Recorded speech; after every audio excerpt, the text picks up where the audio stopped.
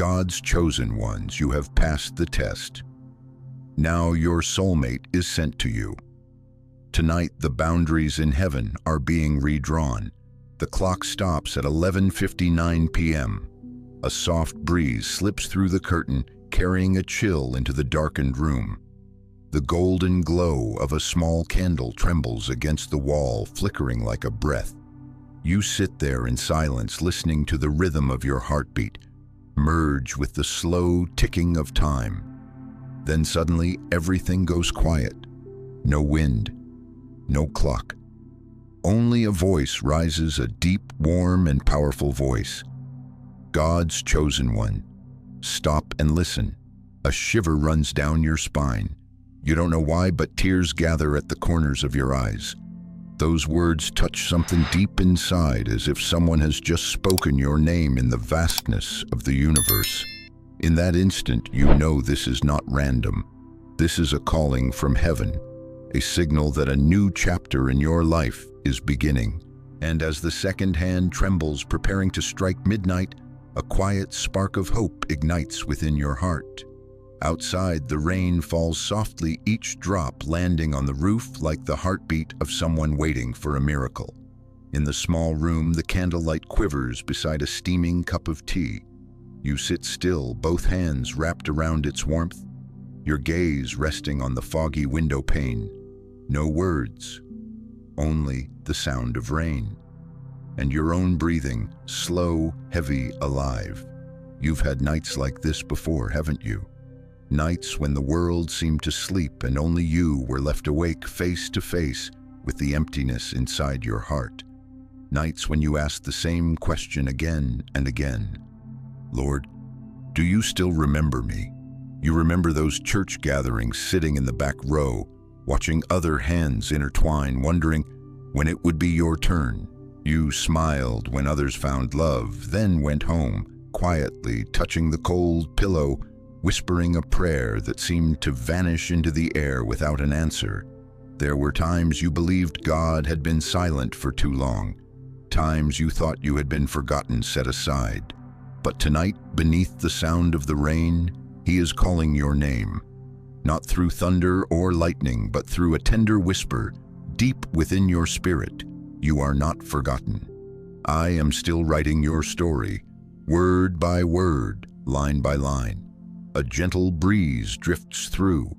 The candle before you leans slightly, and your shadow stretches across the wall.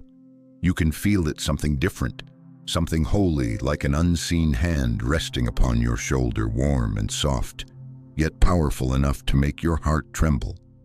And in that moment, you understand He is here. You are not alone. Every tear, every sigh, every night you fought to keep your faith has been seen. None of it was wasted. Each moment was preparing the way for something sacred to arrive, a meeting not by chance but destined in the design of heaven. So don't wipe away your tears just yet.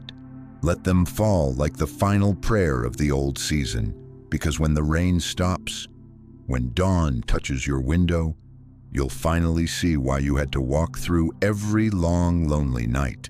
God never forgets. He's simply been waiting for the perfect moment to call your name and to send the one who was made for you. Part 1. Why did it take so long? The rain has stopped. Only the small candle remains its trembling light, revealing half of your face. In that golden flicker, the past plays like an old film reel. The long, lonely nights, the prayers that fell into silence, the times you looked up and whispered, "Lord, can you hear me?" You never knew that in those very moments when you felt most forgotten, He was watching you. He was recording every step, every tear, every weary breath.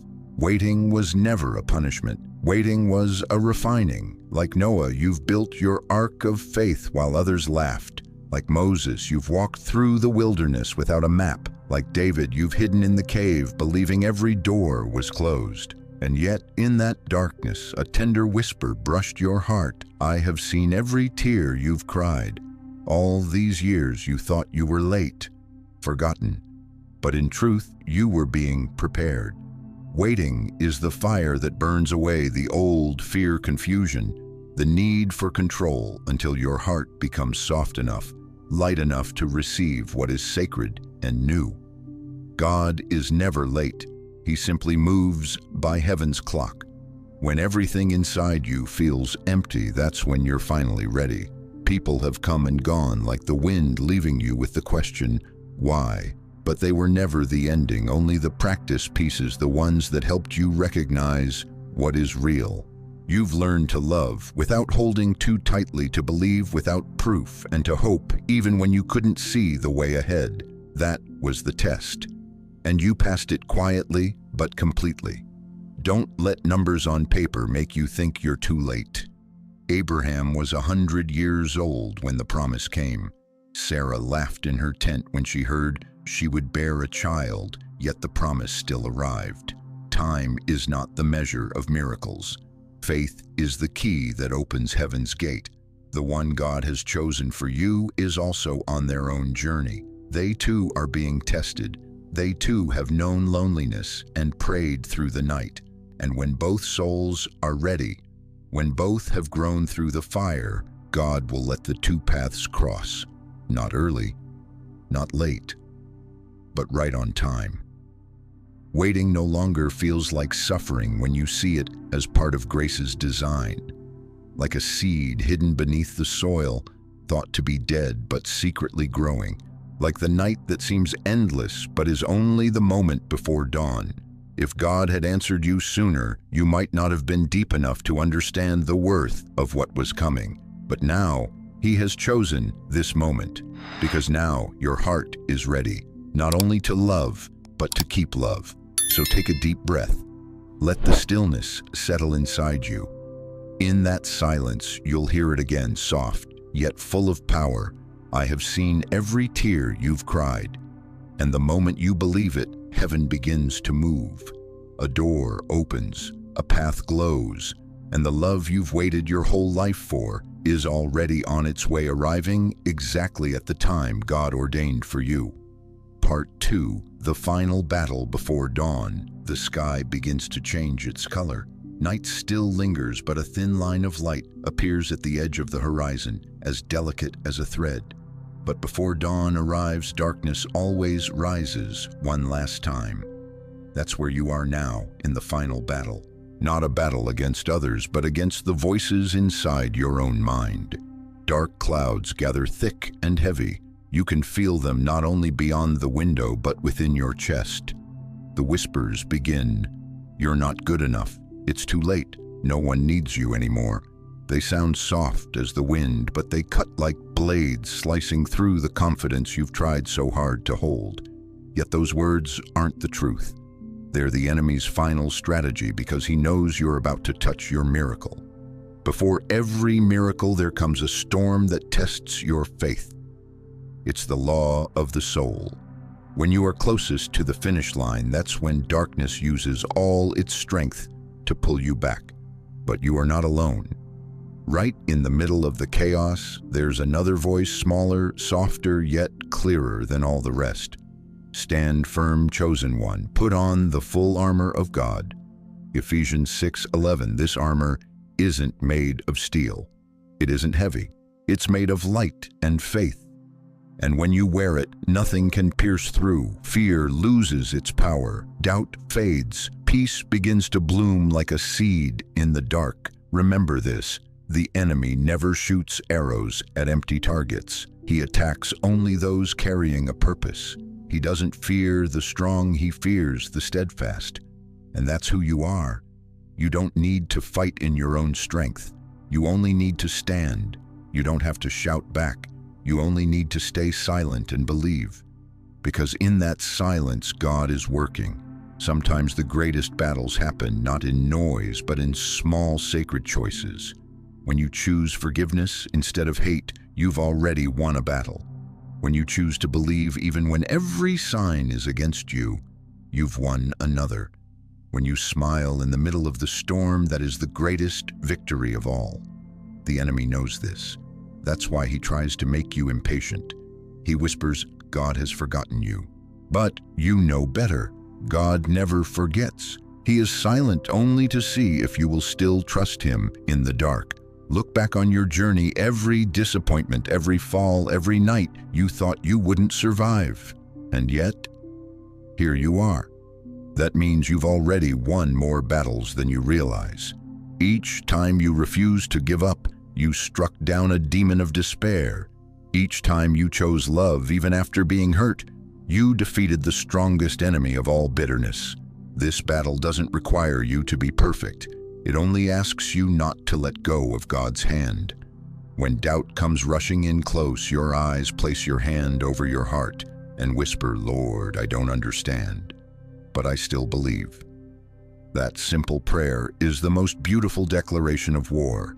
No shouting, no proof, just faith small as a mustard seed, yet strong enough to shake the heavens. You may not hear it, but when you speak those words, something begins to move in the unseen. Angels are sent out. Souls are set free. Blockages begin to break. Your silence becomes the roar of faith, and darkness cannot stand it.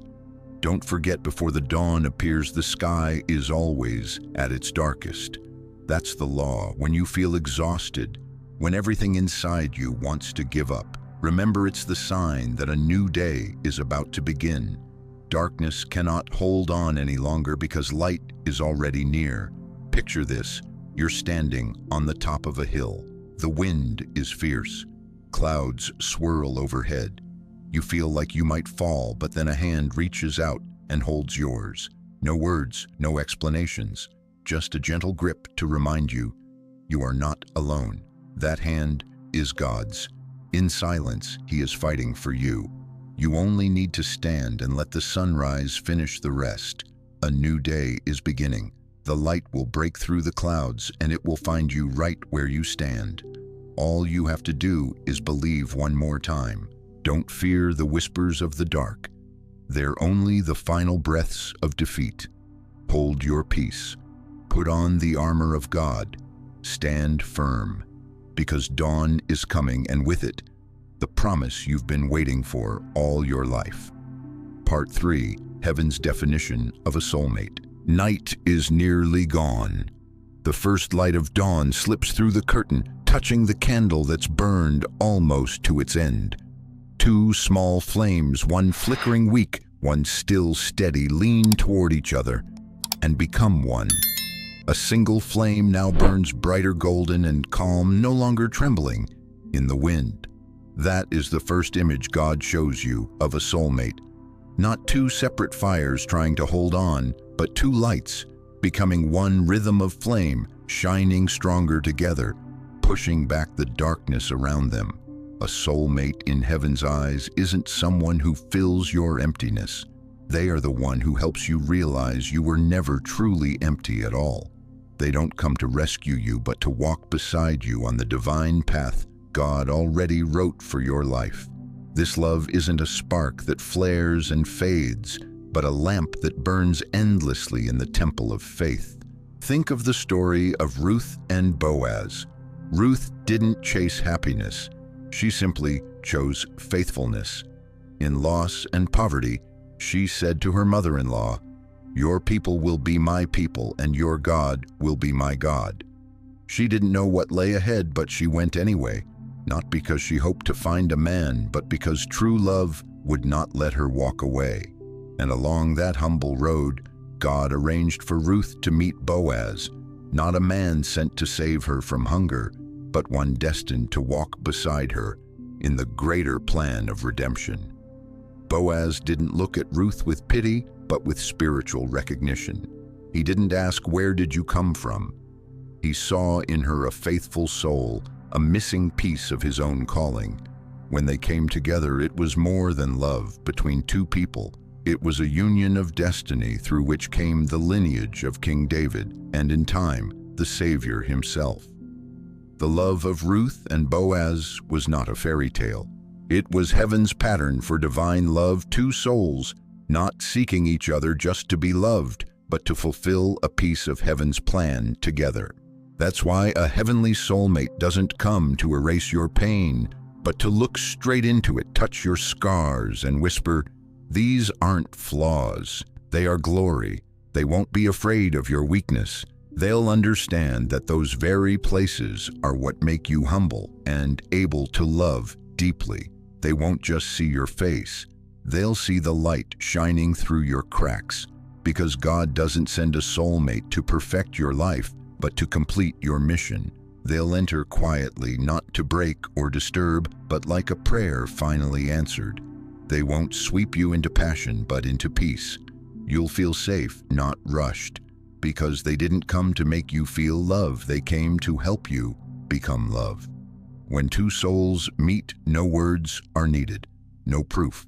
Just one shared look and heaven trembles. Because after all the years of misalignment, two pieces have finally returned to the place God designed. Don't look for your soulmate in fleeting promises or temporary sweetness. Recognize them by the peace they bring. True love doesn't create anxiety, jealousy, or fear. It makes you feel seen, understood, and safe in the light of God. Your soulmate won't love you despite your past, but because of it. They'll see your hidden wounds, your past mistakes, and say, these are what make you more beautiful in God's eyes. They won't try to fix you, they'll pray with you. They won't compete, they'll harmonize. They won't pull you toward themselves, they'll walk with you toward God. Picture a fortress of light, not walls that divide, but a place where both of you stand back to back, protecting each other from the storm. When one grows weak, the other prays. When one is afraid, the other reminds them of the promise. And when both kneel together, God stands between them. That is the image of a love certified by heaven. In that kind of union, you don't have to pretend to be strong or strive to be worthy. You can cry, you can be fragile, and still be loved. You can be silent and still be understood, because a soulmate doesn't need you to be perfect. They only need you to be real. Maybe you once thought a soulmate was someone who makes you happy, but heaven defines it differently. A soulmate is the one who makes you holy. They awaken what's best in you. They help you live true to your calling. They make you want to love more, forgive more, and believe in goodness, even while the world still trembles with darkness. That's why you had to wait. Because God doesn't send your soulmate until you know who you are in Him. He doesn't want you to cling to someone to fill your emptiness, but to meet them when you are already full of His love. When both souls are whole, their love is no longer dependence, it becomes divine union. Now, as dawn breaks, look at those two candles again, their flames united, steady and warm. That's the symbol of you and the one chosen for you. Not two halves seeking completion, but two complete souls joining to shine as one. Remember this, a soulmate is not just a lover, but an ally in your mission. The one who walks into your life not only to share joy, but to shine beside you in a world that still needs light. And when they take your hand, they won't say, I love you because you're perfect. They'll smile softly and say, I love you because of your scars, for in God's eyes they are glory. And in that moment you'll understand true love doesn't come to begin your story, but to complete what God started from the very beginning. Part 4, when two agree as one morning has come. Golden light spreads softly across the room. On the table, two steaming cups of coffee sit beside an open Bible. Turn to Matthew 18:20. For where two or three gather in my name, there am I with them. No more empty space. The room that once felt like a desert has become an altar of peace. Where sighs once lingered, now rise prayers, two voices, blending into one, tender and true, like smoke drifting straight toward heaven. This is the power of agreement. When two hearts align, everything begins to change, not through loud miracles, but through the quiet rhythm of grace. When you were alone, your prayer was a seed. Now, with another beside you, it becomes a garden. One prays, two agree, and heaven moves. Because God never designed love to merely satisfy emotion. He designed it to activate the power of unity. Ecclesiastes 4:9 says, "Two are better than one because they have a good return for their labor." When two pray together, it's not about asking for more, it's about opening their hearts wider so that both can be filled. When one grows tired, the other intercedes. When one is weak, the other lifts up. When one forgets, the other reminds, we're still in God's plan. And then miracles begin quietly. Health is restored not by medicine alone, but because the soul has stopped trembling. The body grows stronger because worry melts in the warmth of shared prayer. Finances stabilize not through luck, but because two hearts now honor gratitude over greed. Families reconcile not through forced effort, but because this love radiates healing energy. Heavenly love never promises an easy life. It promises this: when two hold hands and believe together, everything transforms. Not every storm will disappear, but you'll learn how to stand inside it and still see the light. One ordinary morning, you wake up and hear water running in the kitchen. They're making breakfast. Sunlight pours through the curtain, touching their shoulder. You don't see anything miraculous, just peace. But you know, this is the miracle. Once you prayed, "Lord, please send me someone who understands me." Now you don't have to say a word. One look and they understand. They don't make you laugh to impress you. They do it because they know how to lift your heart. You no longer chase the feeling of love. You rest in the presence of God between you. Every meal, every good night, wish, every shared prayer reminds you that real love isn't built on emotion but on agreement. One evening, as you read scripture together, you stop at Ruth 2:12. "May the Lord reward you for what you have done, and may you be richly rewarded by the Lord, the God of Israel, under whose wings you have come to take refuge." They smile softly and say, "See, true love is always a reward, not for effort, but for faithfulness." You look at them, and in their eyes, you see not just your present, but the future of both your souls. A future not promised to be easy, but filled with light. A future not free from trials, but held together by God and the armor of unity.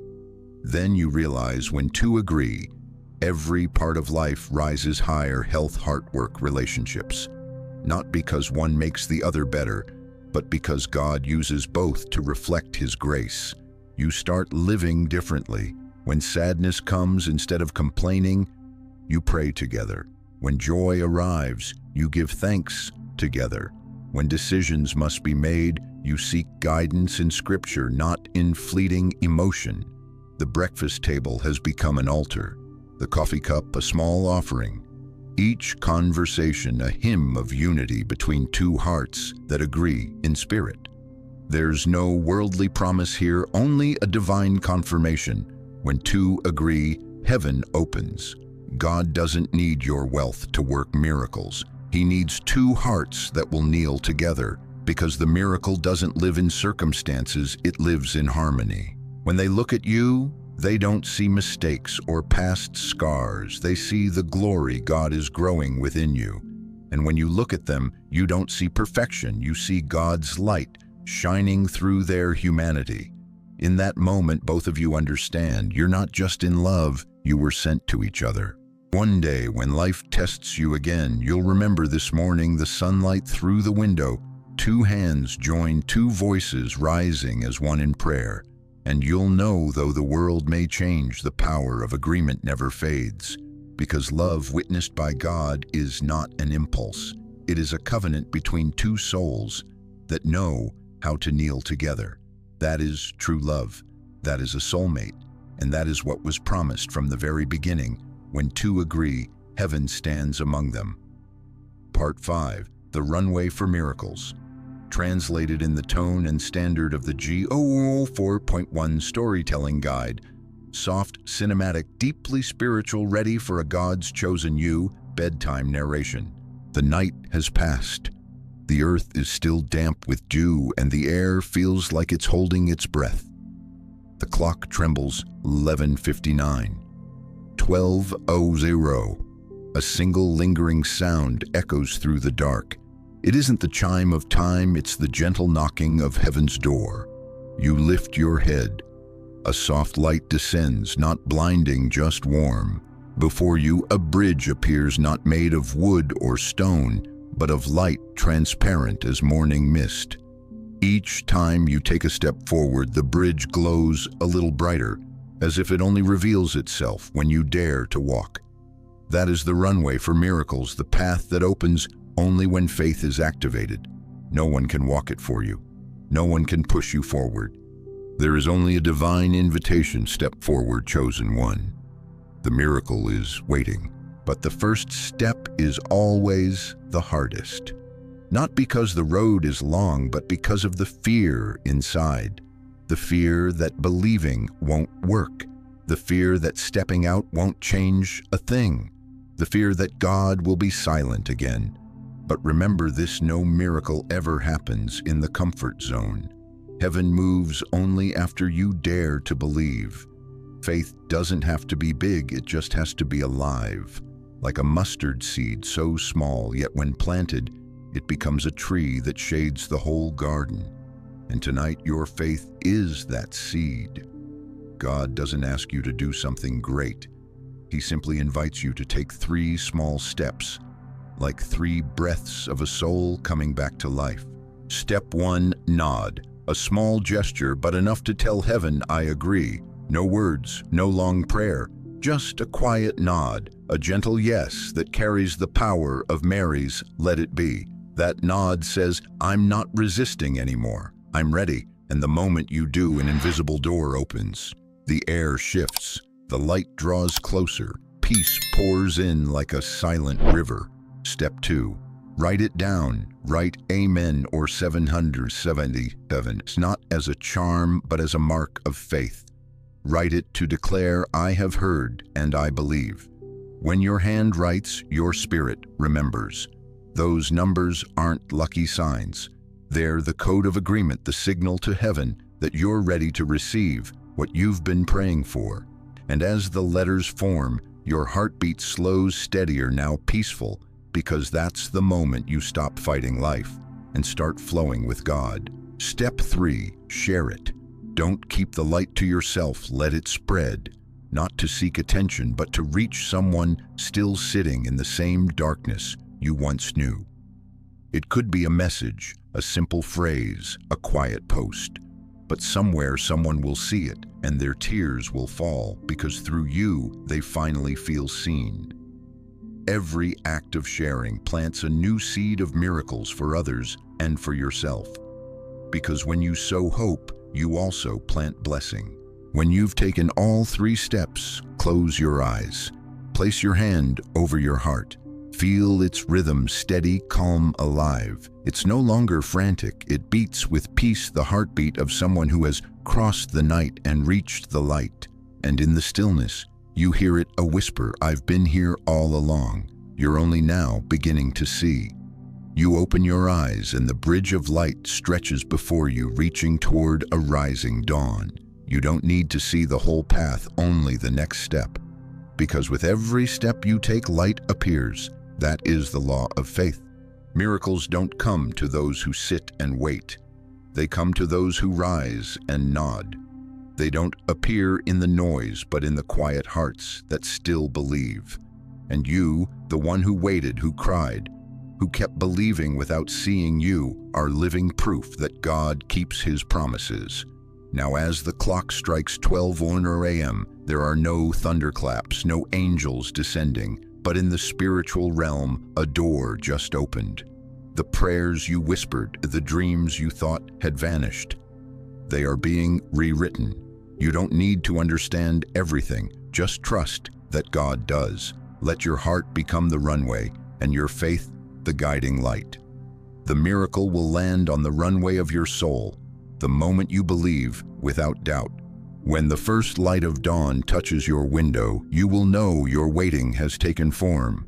Not because you prayed harder, but because you believed deeper. The night is over, morning has come, and the miracle has already begun. The rain has stopped. Only a few drops slide down from the roof, falling softly onto the ground below. Light filters through the clouds, not bright but tender enough to illuminate your peaceful smile. You sit quietly, inhale deeply, exhale slowly. For the first time in so long, you feel something beautifully simple: peace. No more wondering, no more. When Lord, because now you know God never left you. You are not forgotten, you are chosen. Every lonely season, every tear you hid was a seed planted in the field of faith. And now that field is blooming, not in sudden miracles, but in the gentle light of a new dawn. He heard every whisper, he saw every step you took in the dark, and this morning as the sun rises, he says to you, you have walked far enough in the night. It's time to step into the day. It's not loud. It feels like a long breath released, like invisible arms wrapping around your shoulders, like your heartbeat finally resting after the storm. You realize you don't have to stay strong forever. You only need to trust and let God continue writing your story. The dawn within you has begun, not because of something that changed outside, but because the miracle rose from within. A once heavy heart now feels light. A once lost soul now feels found. And if you are hearing these words, it's not by chance. This is a divine appointment between you and God. He sent this message to remind you, you have made it through. The season of testing is over. The season of love, peace, and unity has begun. Now take a deep breath with me and exhale. Feel your heartbeat. It's proof that you're still part of His plan. If these words reach you, just nod gently and whisper in your heart, I believe. I'm ready. And as an act of faith, you can write Amen or 777, a quiet confirmation to heaven: I have heard. I believe. I receive. If this message uplifted you, subscribe so you won't miss what God speaks to you next, because He is still talking, still guiding every step. And if you know someone lost in the dark, share this message. Perhaps you are the hand God wishes to use to pass the light on. Before we close, remember, you are not alone. You were never forgotten. Your story is still being written. You are not forgotten. You are chosen. Walk in the light. Step in peace, because your new day has come.